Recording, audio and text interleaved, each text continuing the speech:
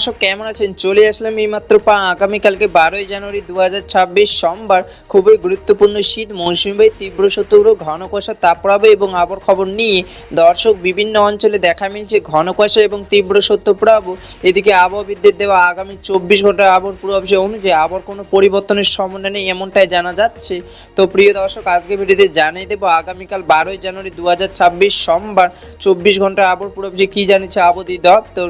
তাই প্রিয় দর্শক, আপনাদের জেলার আবহাওয়ার পূর্বাভাস জানতে ভিডিওটি সম্পূর্ণ দেখুন এবং আপনি দেশে কোন জেলা থেকে আজকে আমাদের খবরটি দেখছেন এবং কমেন্টে জানিয়ে দিন। এবং এই মুহূর্তে আপনাদের জেলার আবহাওয়ার পরিস্থিতি কেমন এবং প্রতিদিনের নিত্য নতুন আবহাওয়ার পূর্বাভাস জানতে এই ভিডিওতে একটি লাইক দিয়ে চ্যানেলটিকে সাবস্ক্রাইব করে পাশে থাকা বেল আইকনটি অন করে রাখুন।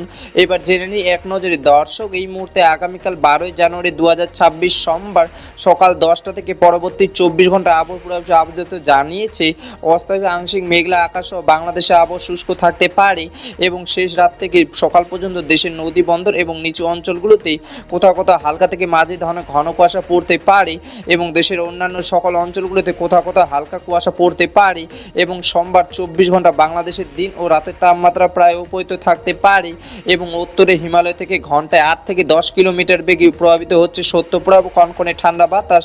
ফলে তাপমাত্রা নেমে গিয়েছে আজ রাতের মধ্যে রংপুর, রাজশাহী, খুলনা, ঢাকা, ময়মনসিংহ, সিলেট, বরিশাল এবং চট্টগ্রাম বিভাগের সবকটি অঞ্চলে তাপমাত্রা নেমে যেতে পারে 6 ডিগ্রি সেলসিয়াসের নিচে।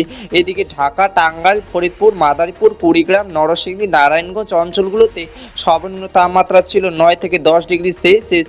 আবহাওয়াবিদদের জানিয়েছে 12ই জানুয়ারি 2026 সোমবার আংশিক মেঘলা আকাশ সহ বাংলাদেশে আবহাওয়া শুষ্ক থাকতে পারে এবং মধ্যরাত থেকে সকাল পর্যন্ত ঘন কুয়াশা পড়তে পারে।